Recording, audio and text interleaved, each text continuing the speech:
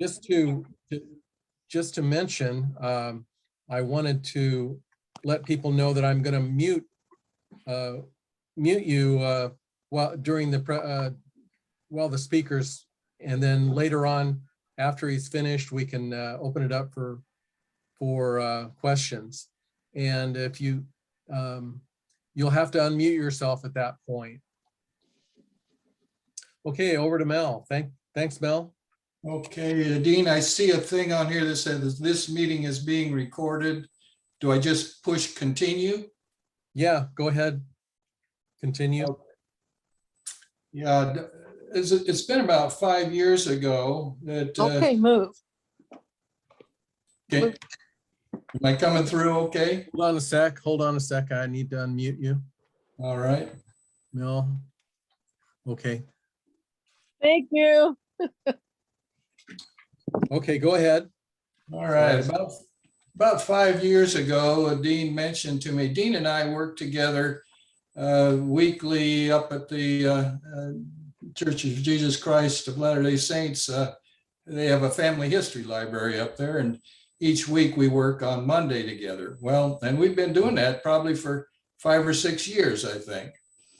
And Dean mentioned that he was involved with the Clatsop County Genealogical Society, and asked if I wouldn't be willing to give a program. So about 5 years ago, I put together this program, and Dean mentioned that he didn't think any of the present members, or maybe just a few, had seen this before. And he also mentioned that your society at one time or another had been involved with producing publications. I think there was one that he mentioned that I recall was about schools in the Clatsop County. Nod your head, Dean, if that's... Yeah. We did have we put together a book regarding the schools in Clatsop. It was called, what was the name? The name of it was one room schools, like, you know, the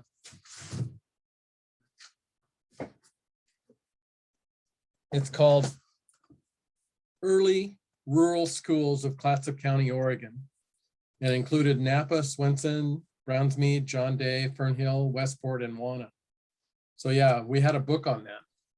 Yeah, and I think, Dean, that you mentioned that it was kind of locally a local bestseller.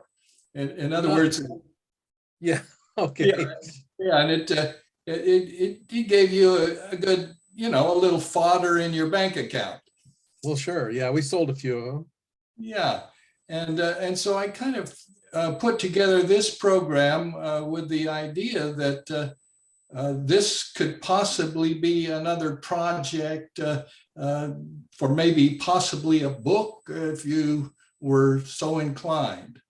Mm-hmm. Because we live at the near the mouth of the Columbia River, where so many shipwrecks occurred, I thought, well, how about a project to look for those lost seamen? And so that's what this program, this PowerPoint, started out in that kind of it began that way, a search for the lost seamen at that along this kind of near the mouth of the Columbia. This is an old postcard I have, an old 100-year-old postcard of the mouth, an old steamship heading out. And it's often called the graveyard of the Pacific. And on this area, they estimate that there were 700 lives that were lost and 2,000 shipwrecks. And that is not at the mouth of our river per se. That is from Tillamook Bay up to Juan de Fuca Strait. And so that's the parameters here of the what they call the graveyard of the Pacific. And so my first approach on this was to kind of, and really, I had moved here 6 years ago, and so I was kind of new to this area and its history, which is super rich in history. And so I've begun publishing articles in the local historical journals here. I've published in the Clatsop County, Cumtucks, and the Columbia counties journal, and I've got another article coming out in the Pacific County Journal across the river. And so on this one, I just become interested in where I live now. And so I've just gone crazy with writing. And so I on this one though, 5 years ago, I thought, well, let me look at these shipwrecks. The first source I turned to was this historic Oregon newspapers, which I imagine you're all familiar with. It's one of the top-notch newspaper databases in the country. It really is. And it's a free database, wonderful source, digitized newspapers, easily searchable. So I put in the word shipwreck and pushed the button and found over 4,000 hits on the word shipwreck. And just started to go through them and to look and see what was there. And as a historian does, I started taking notes, and I took notes on spreadsheets. I created 2 spreadsheets.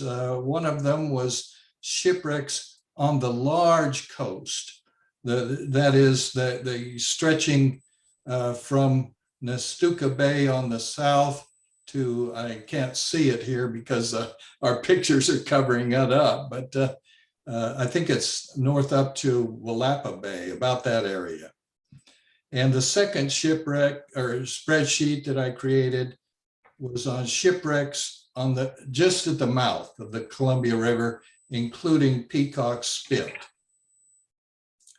Now, on these spreadsheets, I included such things as the name of the ship, the date that the wreck occurred, the number of people that were on board the ship, the number of deaths, the location of the wreck, the type of ship it was, steamship, sailing ship, whatever, the direction that it was traveling, the time of the shipwreck, that is night or, the approximate time and during the day or night, and then a column for different comments.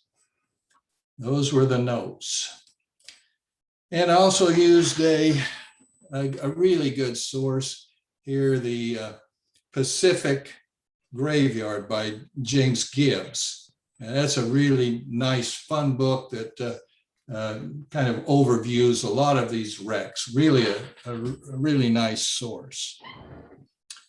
And as I say, I was just beginning to learn about where I was living and the shipwrecks that happened here.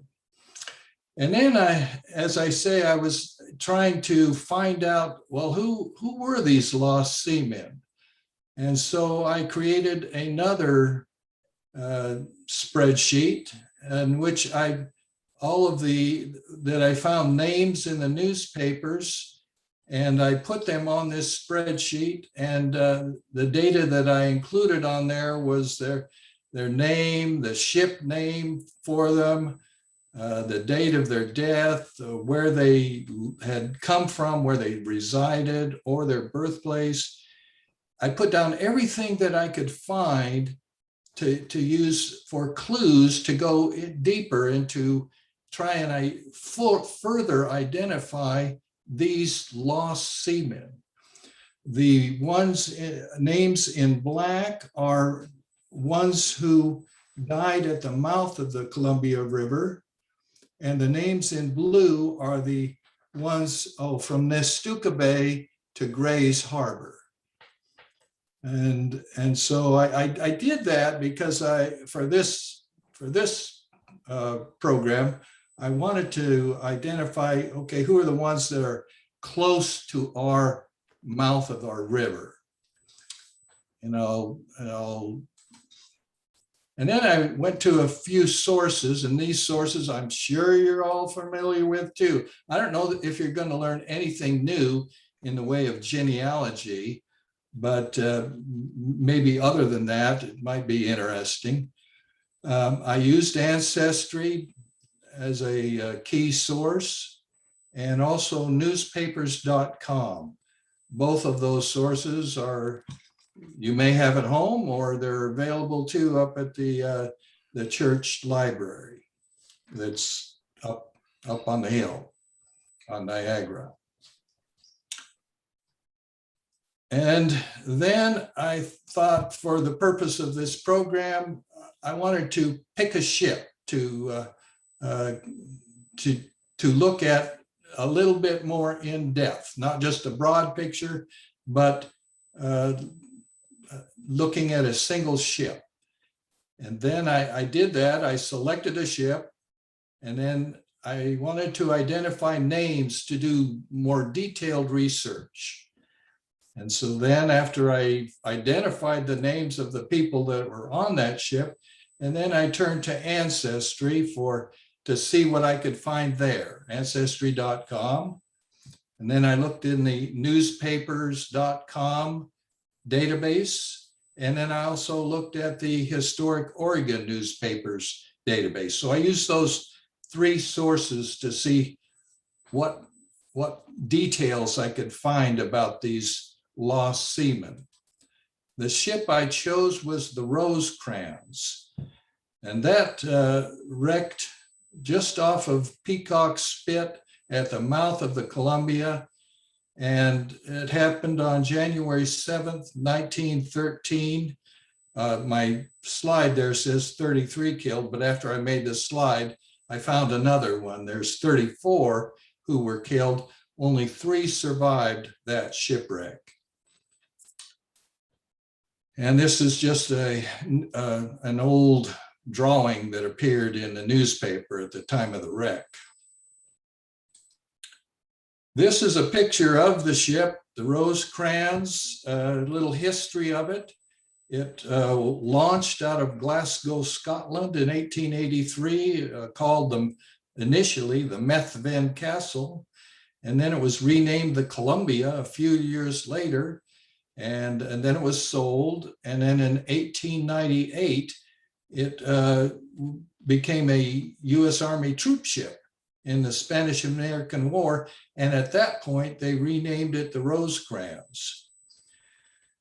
And on March 12th, 1912, this is after the Spanish-American War, as it was in service, doing freighting work, it foundered on the rocks north of Santa Barbara. In September of that year, it was repaired, but it was an unlucky ship, and it was gutted by oil fire. They repaired it and then got it sailing again. And on January 7th, 1913, it sailed from San Francisco, headed to Portland, but it wrecked on the Peacock Spit. Among sailors, it was called the Hoodoo Jinx ship because of all the problems that it had had. It was 326 feet long with a 30-foot beam. This voyage, at the time it wrecked out here at the mouth, it was only its second voyage, and it was since being salvaged. It was transporting, and this is hard to imagine, transporting 18,000 barrels of oil. So you can imagine when it wrecked, what a mess that happened out there at the mouth of our river. And it was, and I can't read what thing says here, but well, I can't see that last phrase that I've written on there. But we'll go to It the was reported to be mostly new crew of men this second voyage to Portland. Okay, that's right. And it was mostly new men because it had a reputation of being a jinx ship. Nobody wanted to be a sailor on it. So they had a tough time finding a crew. Now, the conditions of the time when it wrecked, there was 60-mile-an-hour gale force winds. This happened when it was still dark, before dawn, just before dawn. 60-foot high breakers. I can't imagine being out in the ocean with waves that large, but and it's thought that the helmsman, C.R. I think it's Palmer, mistook the North Head light for the Columbia River lightship. Now, at the time, there was a lightship, kind of like a floating lighthouse out at just off the mouth of the river that was to alert ships that this was the mouth of the river. So he mistook the lighthouse over there on Cape Disappointment for the entrance to the river. So he headed straight into where the Cape Disappointment is. This was a distress message that was heard at Cape Disappointment at 5:15 a.m. Steamer Rosecrans on bar, send assistance, ship breaking up fast. Can stay at my station no longer. At 8 a.m., the tanker had broken in two. The crew had climbed into the rigging for safety, but one by one, they dropped into the surf and drowned. As I said at the beginning, all but three, only three from this ship survived. This is a newspaper photograph of the quartermaster on the ship, Fred Peters. And I've put together his story of this wreck. And I've taken it from three different newspaper sources. He was cast ashore 8 miles up the coast after being 5.5 hours in the water. And he was washed off the Rosecrans at 9 a.m. and he washed ashore at 2:30. And this is his story in his words. Yesterday morning was a fearful one off the Columbia River. There was a mile-a-minute wind. There were waves as high as a house, one after another. There was complete blackness outside the small range of ship lights, and the sleet beat terribly on the windows. There were 8 men up and 28 in bed when the Rosecrans was coming into the entrance to the Columbia River. The wind was terrific, but the Rosecrans was a good boat, and there was probably no good reason why she should not have tried to enter had not a dreadful mistake been made. In the distance at the right, a light was visible. To the man at the wheel, which was Third Officer C.R. Palmer of the Rosecrans, it looked like the lightship. In reality, however, it was the North Head light. Unknowingly, he had passed the lightship. Remember, he was coming up from San Francisco. In reality, it was the North Head light. He had passed the lightship and had not seen its signal. Anyway, he missed it, and when he finally did see a light blinking at the right through the sheets of rain and between the waves, he thought it was North Head.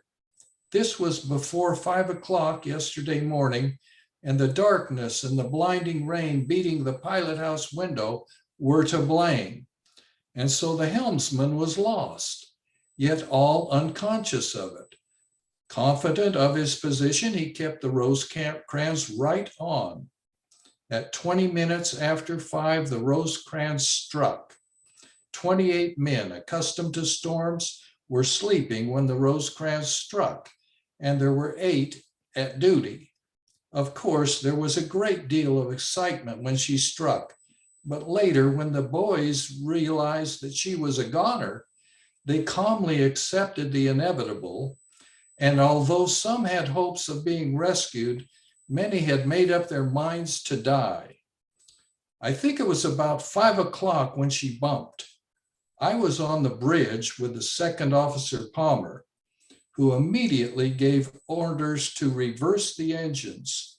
A big comber immediately came over the vessel, and Captain Johnson immediately rushed on the bridge, exclaimed, "Great guns, that sea sprang up quick." Just then the boat hit bottom again, and I can hear him yet as he yelled above the roar of the seas, "My God, we are on the bar." The captain then ordered the pumps at work, pumping out the oil in order to lighten the vessel. Captain Johnson did everything he could for the boat and the men. It was not long before the seas had flooded the engine rooms and put out the fires. By this time, the seas were breaking over so bad that the captain ordered us below. While we were huddled together, expecting any moment to be our last, some of the boys sang and poked each other, but all realized the seriousness of our situation. She started to break up as soon as she struck, and at 8 o'clock broke in two. It wasn't long after this that the tanks burst, and we were soaked with oil from head to foot. That's 18,000 gallons of oil they had on there. There we were, 36 of us, on a broken boat with her bottom fast, wind blowing a mile a minute, and every few seconds, smash, smash, smash, when a big wave would strike. It was a terrible storm. There have often been waves as high and wind as strong, but it is not often the two of them have a broken-backed boat with 36 men aboard to play with. So these waves came in and hit, and then jumped clear over us. When they crossed the decks, men had to be careful. In fact, from 5:20 until 9 o'clock, few ventured on the decks. There wasn't anything to do, only just wait. We did try to launch the lifeboats, but it wasn't any use. The wind and waves whisked them away before anyone could get in. If anybody had got in, it would merely have meant the end a few hours sooner. There did not seem much excitement among the men. They were not all in a body, you know. The captain was up in the pilot house doing his best, which was what all of them did as far as it went. At 9 o'clock, we were ordered on deck. And as the vessel was filling up so rapidly that we could not longer stay below, I was the last to go on deck. The other fellows were clinging to the masts, and some were trying to get into the wheelhouse. As I came on deck, I bumped against Captain Johnson, who was clinging to the wheelhouse. I caught hold of him to keep from being swept off the deck by a big comber. "My God," he yelled, "don't touch me, my leg, it's broken." I think he was injured by being thrown against the house or the rail. I saw that the wheelhouse was already full of boys, and I started across the deck to the main rigging. I stumbled and fell. Before I could get on my feet, a big sea swept the decks and carried me overboard. The next thing I knew, I was floundering in the surf. Luckily, I had put on a life preserver, the same as the rest of the crew had done. As well as I can remember, it was about 9 o'clock. A few minutes after I had been in the water, a plank came along and I caught on. That probably saved my life. It was about 12 feet long, 18 inches wide, and 2 inches thick. But let me tell you, it did me a lot of good. It seemed to come under my arms, and I was off towards shore. I believed I'd get to shore. I drifted and drifted and drifted, now down between two big waves, then up at the top of one. All the time I hung like mad to my good plank, and shore seemed to be getting a little nearer all the time. The course of Peacock Spit to North Beach did not take me over any rocks, or I would not be here now. The water nearly froze me, but my arms seemed to be glued around the plank. So I rode along from 9 o'clock till noon with my arms over that plank. Pretty cold too, I tell you, but not injured otherwise. And all the time, I felt I was going to be saved. I kept my head above the breakers all the time, and the plank was heavy enough to hold me up. Noon passed, and I was a lot nearer shore. I couldn't see anything of the Rosecrans anyway. I understand she was all out of sight then, except one mast. Land seemed to get closer, awfully slow, though for a plank doesn't wash fast. The wind had gone down and the waves weren't so hard and high. If they had been, perhaps I couldn't have held on. It must have been 2:00 when I hit the breakers. Shore seemed to be at hand at last. There was 100 yards between me and land, but I could feel my feet touch the beach at times. And then there was only 2 or 3 feet of water. Still, I clung to the plank, and then the water was only a foot deep. I let my plank go. I don't know where it went. I got down on my hands and knees and crawled out into some driftwood. I could not walk, but stretched out miserably. About this time, a young fellow with a gun came along and helped me the rest of the way out. I was helped here to Mr. M.V. Marks at Tioga, which is between Clipsand Beach and Oceanside on the Long Beach Peninsula, north of Long Beach. In other words, he drifted on that plank for 17 miles before he finally got in to shore. Well, that's the quartermaster's story, Fred Peters. And this is I've got a story here written by one of the rescuers. There was no telegraph on the Columbia lightship to inform the rescuers of the exact location of the Rosecrans shipwreck. So they spent long hours searching for where the ship had gone down. And it was also hampered by this conditions, the weather and everything. Only 3 men were saved that lived from this shipwreck, and only 6 bodies were recovered. This is a picture of the Point Adams life-saving station crew. This is the story of an injured rescue lifesaver's story as he wrote it, and the newspapers reported it. This fellow's name was Peter Kruis from Holland, and he was a member of the crew of the Fort Canby lifeboat that went out to rescue the men on the Rosecrans. His story goes this way. I've pulled an oar through many a mass of combers, but that little trip yesterday was the worst I have ever gone through.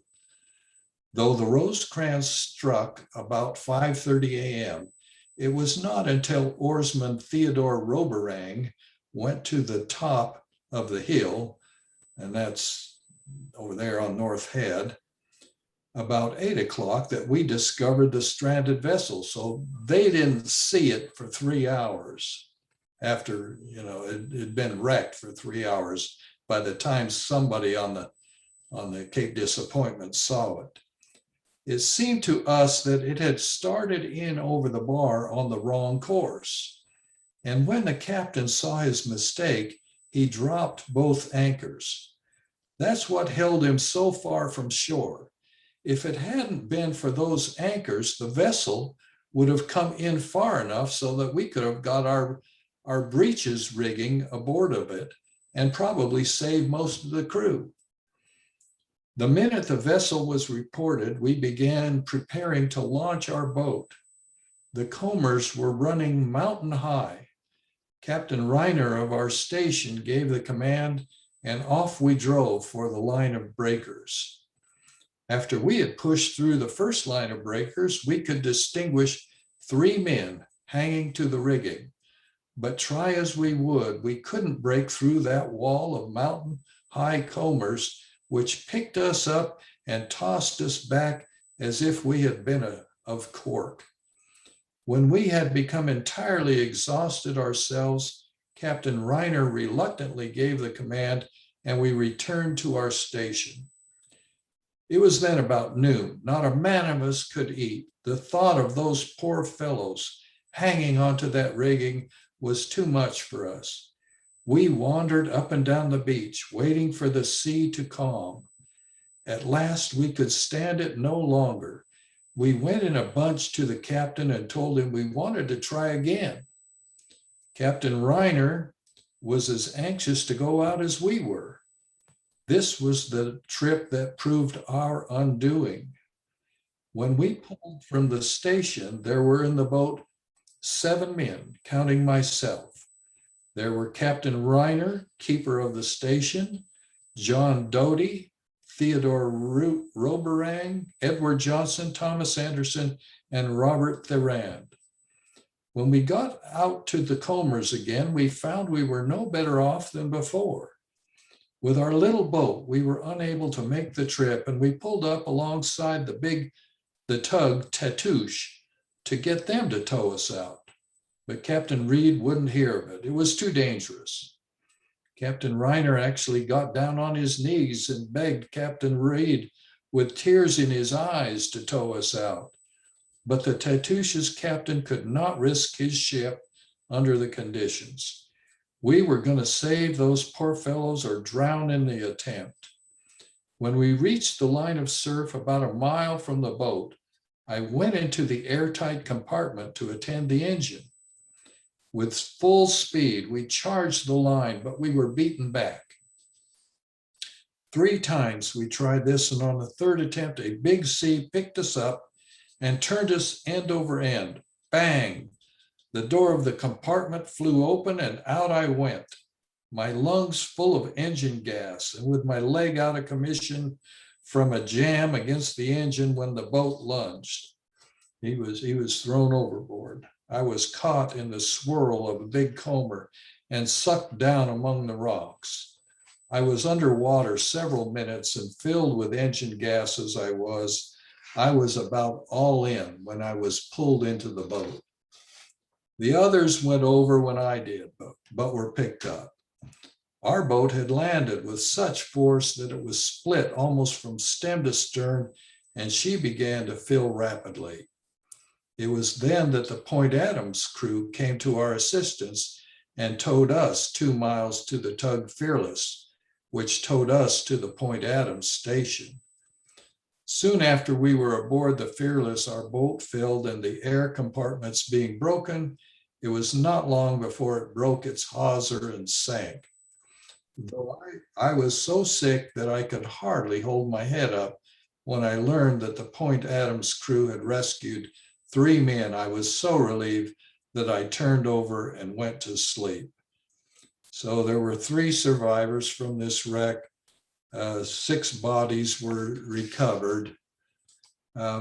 These are some of the headlines that this wreck was in all the newspapers all over the country. These are from San Francisco and the Oregon Portland paper. This is the captain of the ship, Captain Johnson. And his last telegraph message that he sent read, "We are rapidly breaking to pieces on the bar. Goodbye." Well, what do Oregon newspapers tell us about Captain Johnson? All that we can learn from the Oregon newspapers is that his name was L.F. Johnson. He lived in San Francisco. See, and I was trying to find, okay, what can I find out in more detail about these men? Well, who is this Captain Johnson? What's the likelihood of me finding more information about him? He has a Johnson. It's a common surname. We don't know his given name. We just have his initials. We know from the newspapers that he lived in San Francisco. Well, there's hundreds of people that live in San Francisco with the name of Johnson back at the turn of the century. We know his death date. could there be a death record for him in either Oregon or Washington? What do you think the likelihood of success would be in further identifying who he was? Well, I thought I might have a fair chance. No, the first step I took was to search in ancestry.com. I entered L.F. Johnson, and I entered the 1913 for the year of his death, and I entered Oregon for the place of his death.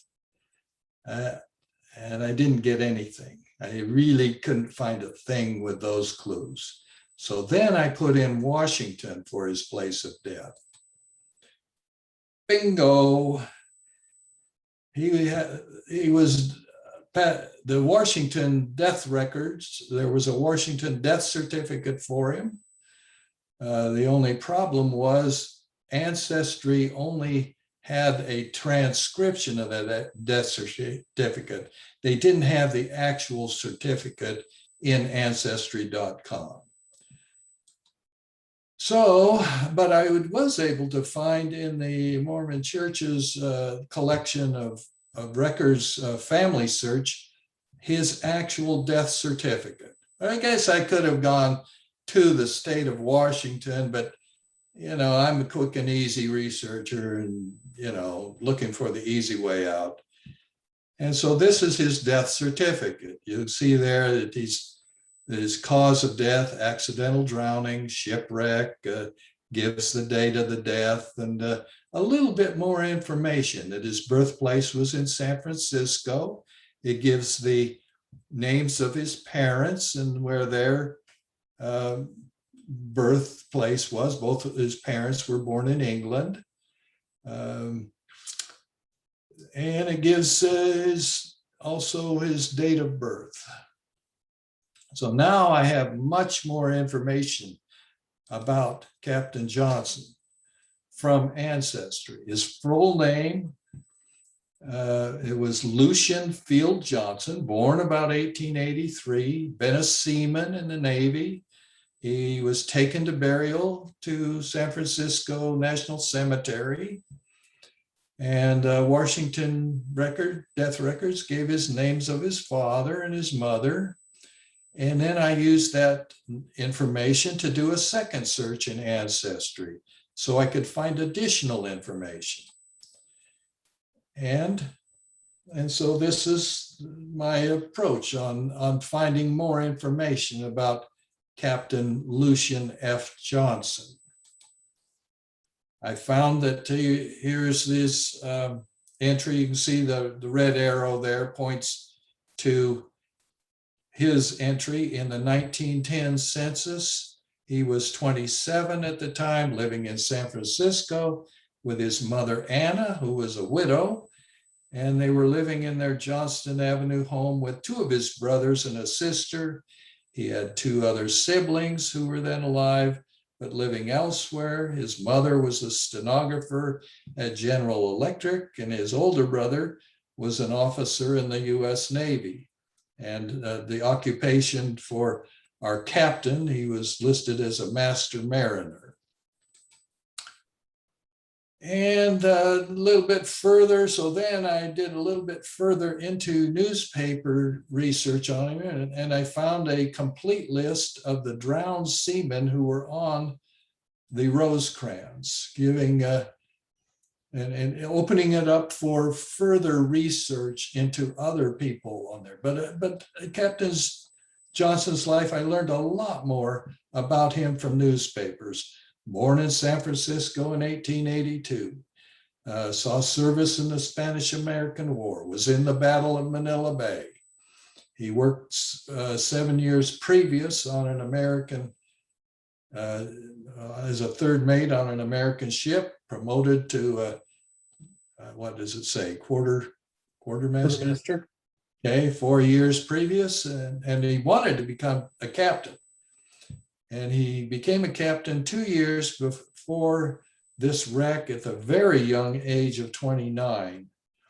And the San Francisco Chronicle said he was one of the most popular captains on the Pacific coast at that time. So then I thought, well, okay, what more can I find out about some of the other men that were serving on the ship? And so I chose a couple of others, these four men, Angus MacDonald, who was a mess man. In other words, he was working in the galley, preparing meals.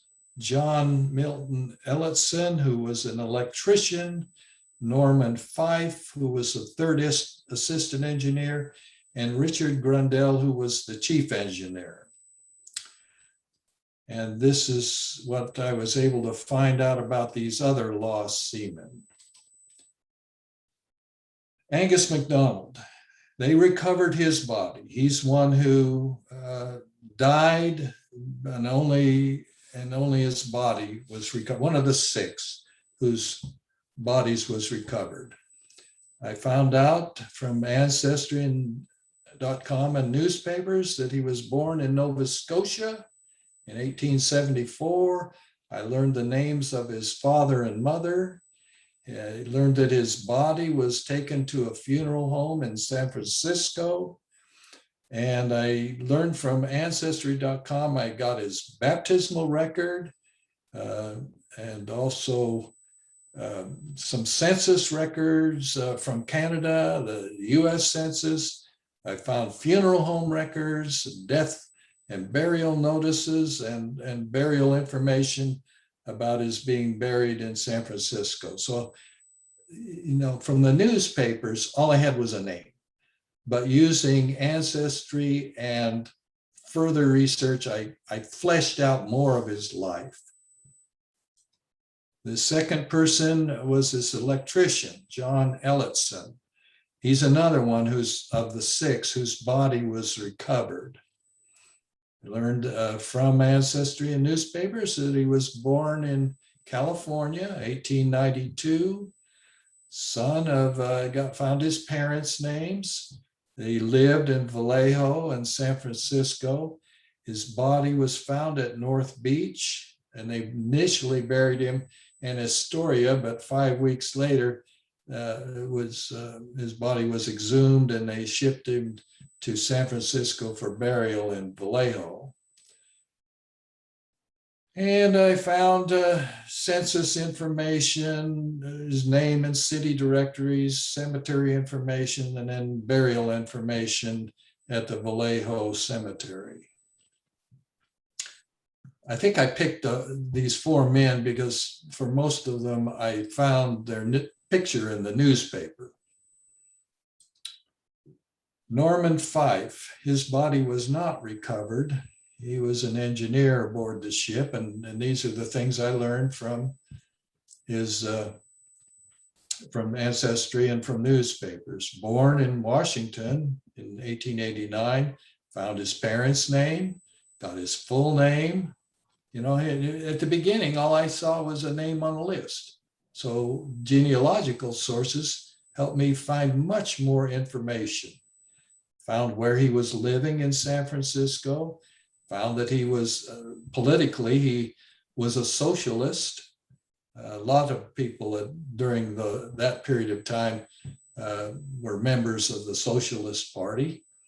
Found that on Ancestry, things like the Washington Census, the US Census, city directories, voter registry. I mean, their genealogical sources flesh out these men's lives.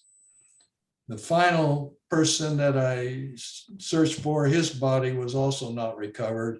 This is Richard Grundell, chief engineer.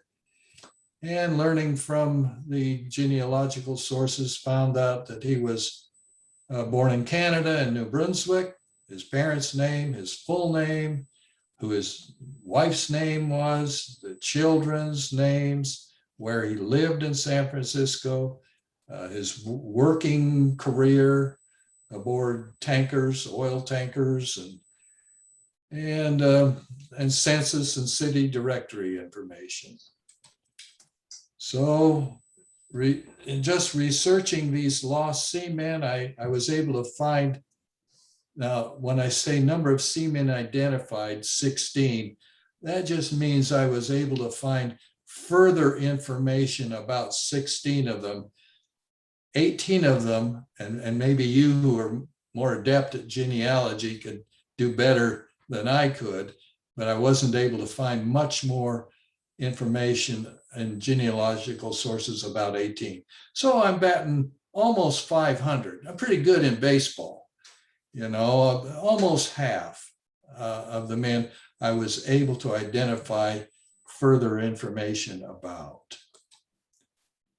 And Dean, you can probably open her up. Okay, I'm sending a request to unmute everyone. Ask all to unmute. And I'm putting the screen back on so we can see each other. I just want to thank you so much. I just want to mention too, before I turn it back over to Lorraine, that in memoriam of some members of our, they weren't actually members of the Clatsop County Genealogical Society, but they attended our meeting like 3 or 4 times. And it just occurred a couple of weeks ago. The Astorian reports that 76-year-old Shirley Payne and 79-year-old Alan Payne, who set sail from Astoria in the early morning hours, as told by their son. The Paynes kept their 42-foot pleasure boat named Bagheera at the Astoria Pier. They were heading towards San Francisco when around 7 p.m. at night, witnesses reported the boat tossing in the surf, according to the sheriff's office. So they capsized, ran aground, and they both lost their lives. And so I just wanted to mention that in memoriam of one of the people, a couple of people that have been to our meetings. And it's dangerous out there. Yeah. So over to you, Lorraine. Is there anything else? Oh, it just made me think of a high school teacher I had. I went to Astoria High School that drowned on the bar, went out in the morning just to go fishing. You know, it's just very sorry to hear about the Paynes. I remember the name. I don't recall them at all, but just very tragic. I was a close friend. I had worked with him for 2 years. We were trying to find his long lost older half sister. And we had tried many different things to see if we could locate her, but hadn't quite. So I hope he does find her in the afterlife. Yeah, right. Well, that was such a great presentation, so interesting. I noticed that, you know, when you had the addresses like Polk Avenue, I used to live in San Francisco. And one thing I found in Ancestry looking up my own family was they'll list addresses. And it's so cool to get on there and maybe through a real estate site. I actually found a house that my grandfather lived in and they showed all the inside, you know, the pictures of the inside. So when you get addresses of family, you can Google that and through a real estate site, see where they lived, which is kind of fun. So I wrote down the Polk Avenue and all these addresses because I'm going to look up the places they lived. But anyway, did anyone have a question? Did we want to do a Q&A here? It's just a lot of information. Go ahead, Carol. To hear the rest of his work that he's done. Yes, I'm hoping that you can come again sometime. That's great. That spreadsheet that I created on the lives or the men that were lost at the mouth, I think it's over 100 names that I found in newspapers just here at the mouth of our river. Mm-hmm. And of course, newspapers for that whole stretch of the graveyard could find many more, but I've got the beginnings of a good list. And what was the name again of that newspaper, Oregon newspaper database? The way I get to it, I think I just put in Google search and put in digitized Oregon news, but I think it's called Historic Oregon. Historic Oregon newspapers. Okay. Yeah, great. I'm gonna check that out. That sounds great. I did want to mention that on the meetings page, we're going to post this link to this presentation on the meeting page if anyone wants to review it or pass it along to your friends. Let them know that we'll have the recorded presentation on the website on the meetings Yeah. page. Yes. Well, that sounds great. And everyone knows how to get to our website, I believe.